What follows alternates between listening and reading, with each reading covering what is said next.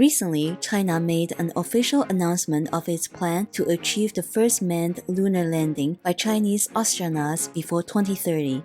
In fact, in 2020, China had already sent an unmanned lunar probe to the moon, collecting lunar soil samples and bringing them back to Earth.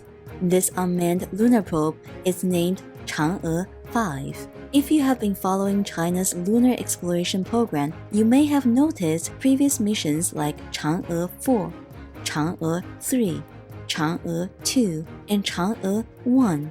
The overall effort of exploring and establishing a lunar base is known as the Chang'e Project. But what does Chang'e actually mean? Why are all the Chinese lunar exploration programs, probes, and lunar satellites named Chang'e? This goes back 2,000 years ago. In ancient China, 2,000 years ago, a myth started to circulate. According to the legend, in ancient times, the sky was inhabited by 10 suns that were meant to take turns appearing in the sky. However, one day, all 10 suns simultaneously emerged, casting an unbearable heat upon the world and causing great suffering for humanity. A hero named Hou Yi emerged during this crisis. He possessed extraordinary strength and exceptional archery skills. He ascended a high mountain, exerting all his strength, and in one breath, he shot down 9 of the suns with his bow and arrows. Hou Yi's courageous act earned him immense gratitude and admiration from the people. Many sought him as a mentor to learn archery and other martial skills. There was also a celestial being who held deep affection for Hou Yi. She gifted him a pill that will grant him immortality, ascend to the heavens, and become a celestial being. However, Hou Yi did not consume the pill, as he couldn't bear the thought of leaving his beloved wife behind.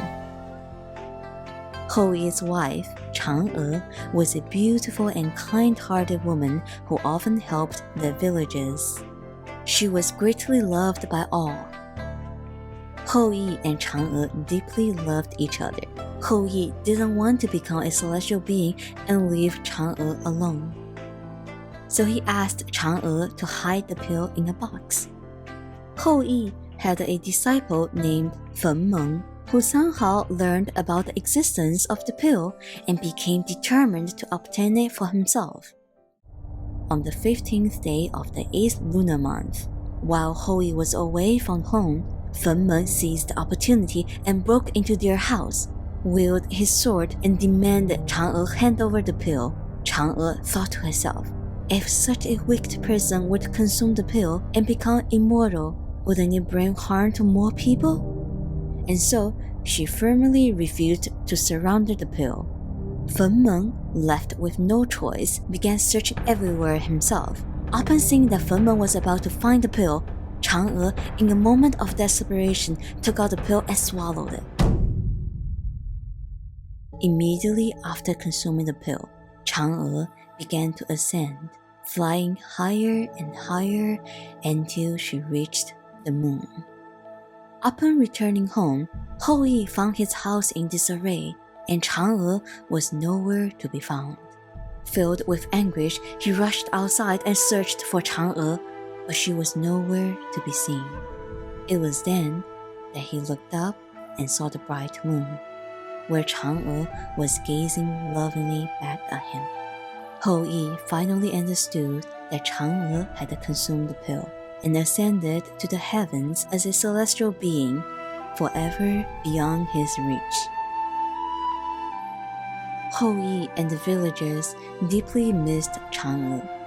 Each year, on the 15th day of the 8th lunar month, they would gather together, set up Chang'e's favorite foods in the courtyard, and gaze at the moon while missing her deeply. Actually, there are multiple versions of the story of Chang'e flying to the moon among the people. The story mentioned earlier is the most widely accepted one. Other versions present the story in a less favorable light. Version 2.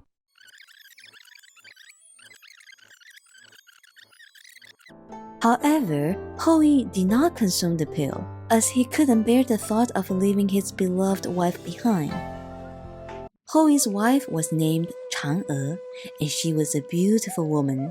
When she learned that her husband Hui had obtained a pill that could turn someone into a celestial being, and there was only one pill available, she wanted to secretly consume the pill and become a celestial being herself. One day, taking advantage of her husband's absence, she found the pill and swallowed it. After consuming the pill, she flew to the moon. Although she became a celestial being and achieved eternal youth, she could only live a lonely life on the cold moon. Version 3.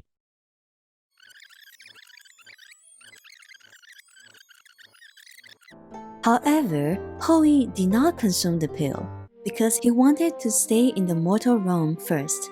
He enjoyed the admiration of others who revered him as a hero.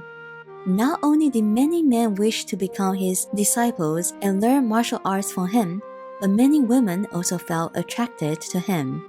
Although Hui had a beautiful wife named Chang'e, he still had affairs and had questionable relationships with other women.